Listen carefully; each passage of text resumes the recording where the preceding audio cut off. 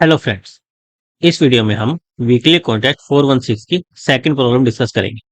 Problem का नाम है minimum number of seconds to make mountain height zero. इस प्रॉब्लम में हमें एक इंटीजर दिया हुआ है माउंटेन हाइट, जो डिनोट करता है हाइट ऑफ ए माउंटेन। उसके साथ में हमें एक इंटीजर एरे वर्कर टाइम्स दिया हुआ है, जो क्या रिप्रेजेंट करता है work time of workers in seconds. जैसे अगर हमारे पास n वर्कर्स है तो हमें हर एक वर्कर का वर्क टाइम दिया हुआ है। Worker work simultaneously to reduce the height of the mountain. सारे वर्कर एक साथ मिलकर माउंटेन की हाइट को रिड्यूस करेंगे। ith वर्कर के लिए अगर उसे माउंटेन की हाइट को x से डिक्रीज करना है तो उसे कितना टाइम लगेगा? एक हाइट डिक्रीज करने के लिए वर्कर टाइम्स आई, जो भी ith वर्कर का वर्क टाइम दिया होगा उतना। फिर टू हाइट डिक्रीज करने के लिए उसका टाइम इंटू टू। फिर थ्री हाइट डिक्रीज करने के लिए आई इंटू थ्री। और एक्स हाइट डिक्रीज करने के लिए ith वर्क टाइम इंटू में x। इन सब का सम। जैसे अगर वर्कर का टाइम मान लो 2 दिया है, अगर उसे 1 से हाइट रिड्यूस करनी है तो उसे कितना टाइम लगेगा? 2 टाइम लगेगा। फिर उसे अगर 2 से हाइट रिड्यूस करनी है तो कितना टाइम लगेगा? 2 प्लस 2 इंटू टू। अगर 3 से करनी है तो प्लस 2 इंटू थ्री। 4 से करनी है प्लस 2 इंटू फोर। इसी तरह x से करनी है तो 2 इंटू एक्स। ये हमें टाइम का फॉर्मूला दिया है कि अगर किसी वर्कर को माउंटेन की हाइट को x से रिड्यूस करना है तो उसे इतना टाइम लगेगा। जैसे उसे 1 से रिड्यूस करनी थी तो वर्कर टाइम्स आई, अगर 2 से रिड्यूस करनी थी तो worker times I plus worker times I into two. ये हमारा फॉर्मूला। उसे उतना टाइम लगेगा। हमें रिटर्न क्या करना है? मिनिमम नंबर ऑफ सेकंड्स जिसमें वर्कर्स माउंटेन की हाइट को जीरो कर देंगे। सारे वर्कर्स साइमल्टेनियसली वर्क कर रहे हैं। सबका एम क्या है? माउंटेन की हाइट को रिड्यूस करना। और हमें रिटर्न क्या करना है? मिनिमम नंबर ऑफ सेकंड्स जिसमें माउंटेन की हाइट जीरो हो जाएगी। जैसे एग्जांपल दिया है, माउंटेन की हाइट 4 है, वर्कर की टाइम दिए 2 1 1। अगर हम बोले कि वर्कर जीरो जो है ये वाला वर्कर है, इससे हम एक हाइट रिड्यूस कराएंगे, ये है इससे हम दो हाइट रिड्यूस कराएंगे, ये है इससे हम एक हाइट रिड्यूस कराएंगे। तो 1 प्लस 2 प्लस 1 कितना हो गया? हमारा 4। हमारी 4 से हाइट डिक्रीज हो जाएगी। टाइम कितना लगेगा? वर्कर 1 को 1 से रिड्यूस करना है तो 2 सेकंड लगेंगे। फिर इस वर्कर को 2 से रिड्यूस करना है तो इसे कितना टाइम लगेगा? 1 प्लस 1 इंटू टू। इतना टाइम लगेगा, जो कि कितना आ गया हमारा? 3 सेकंड आ गया। फिर इससे हम कह रहे हैं कि 1 हाइट रिड्यूस कराएंगे तो इसे कितना टाइम लगेगा? 1 सेकंड लगेगा। और सारे वर्कर साइमल्टेनियसली वर्क कर रहे हैं, यानी कि हमारा 3 सेकंड, जो भी इनका मैक्सिमम होगा हमारा 3 सेकंड में ये काम हो जाएगा। तो वही हमें रिटर्न करना है। तो अगर इस प्रॉब्लम में देखें, हमें क्या करना है? हर एक वर्कर के टाइम को मिनिमाइज करना है, कि हर एक वर्कर का टाइम हम मिनिमाइज करें। और इस तरह से करना है कि हमारे जो भी हाइट रिड्यूस करे उनका सम इसके इक्वल आ जाए। और उसमें से जो भी हमारा मैक्सिमम टाइम होगा, जैसे यहाँ पर 2 3 1 था, हमें वो मैक्सिमम टाइम रिटर्न करना है। तो हमारी प्रॉब्लम किस टाइप की हो गई? मिनिमम मैक्सिमम टाइप की हो गई, कि हमें हर एक वर्कर का टाइम रिड्यूस करने की कोशिश करनी है। और जो भी वर्कर के टाइम आए उसमें से जो हमारा मैक्सिमम है वो हमारा आंसर हो जाएगा। मिनिमम मैक्सिमम टाइप की प्रॉब्लम हो गई। और इस टाइप की प्रॉब्लम हम किस तरह से सोल्व करते हैं? बाइनरी सर्च की हेल्प से। बाइनरी सर्च किस पर लगाएं? हमें टाइम को मिनिमाइज करना है तो हम टाइम पर बाइनरी सर्च लगाएंगे, यानी कि हमारे आंसर पर, कि हम कितने मिनिमम नंबर ऑफ सेकंड्स में अपने टास्क को अचीव कर सकते हैं। तो हम टाइम की एक मिनिमम रेंज ले लेंगे, जैसे मान लो 1 ले ली। एक मैक्सिमम रेंज ले लेंगे, जैसे कि मान लो 10⁻18। हमें लॉन्ग लॉन्ग रिटर्न करना है तो उसकी जो मैक्सिमम रेंज है 10⁻18, हम उसको मैक्सिमम मान लेंगे कि वर्स्ट केस में हमारा आंसर इतना आ सकता है। इसके बीच में हम बाइनरी सर्च लगाएंगे। बाइनरी सर्च क्या करेंगे? हम मिड निकालेंगे कि इतना हमें टाइम दिया है, इतने टाइम में हम टास्क को अचीव कर सकते हैं नहीं कर सकते। वो कैसे देखेंगे? हम देखेंगे कि इस टाइम में हमारा जीरोथ वर्कर कितनी हाइट रिड्यूस कर सकता है, फर्स्ट वर्कर कितनी हाइट रिड्यूस कर सकता है, सेकंड वर्कर कितनी हाइट रिड्यूस कर सकता है। फिर हम इन सबका सम ले लेंगे। अगर जो हमारी हाइट रिड्यूस हुई वो माउंटेन की हाइट जितनी हमें रिड्यूस करनी थी उसके इक्वल या उससे ज्यादा आएगी, यानी कि हम इस टाइम में अपने टास्क को अचीव कर सकते हैं। तो इसको अपना एक कैंडिडेट मान लेंगे और बेटर आंसर फाइंड आउट करने की कोशिश करेंगे। अगर इतने टाइम में नहीं कर पाएंगे तो हमें टाइम को इंक्रीज करना पड़ेगा। हम राइट साइड में देखेंगे। तो सिंपली हम टाइम के बेसिस पर अपनी बाइनरी सर्च को लगाएंगे।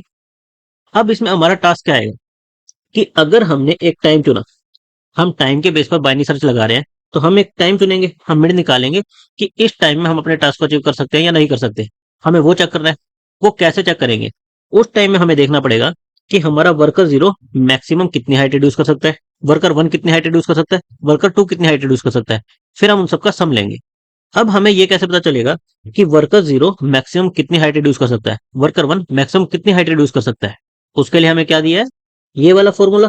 इसको मैं डब्लू मान लेता हूँ, वर्कर टाइम को WI + WI × 2 + WI × 3 up to WI × K, यही दिया है।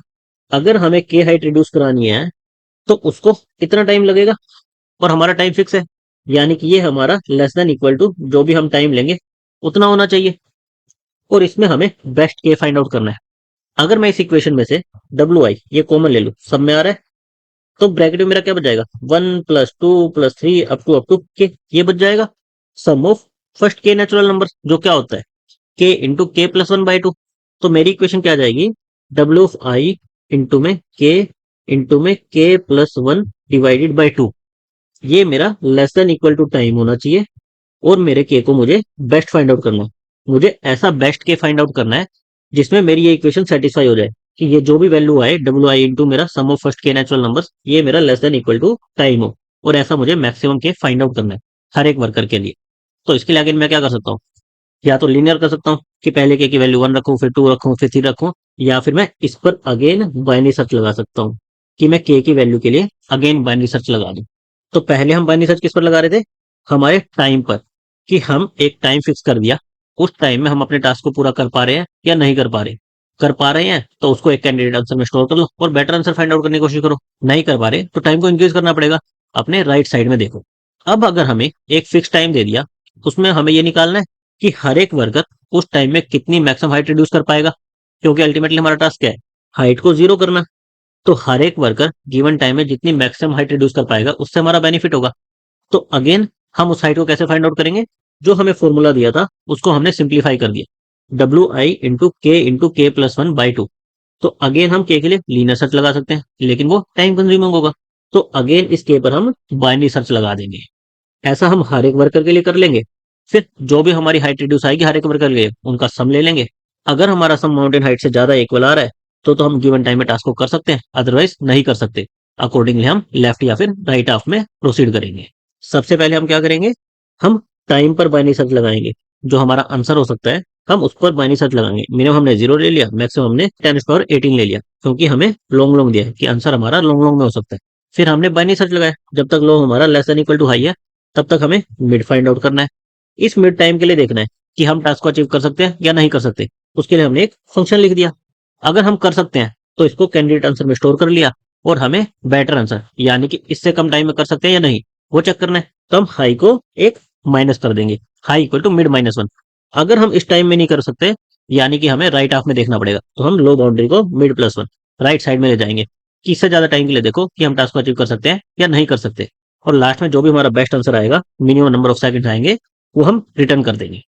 अब हम देखते हैं इज पॉसिबल फंक्शन, कि अगर हमें एक टाइम दिया है उसमें हम कैसे चेक करें कि हम माउंटेन की हाइट को 0 रिड्यूस कर पाएंगे या नहीं कर पाएंगे।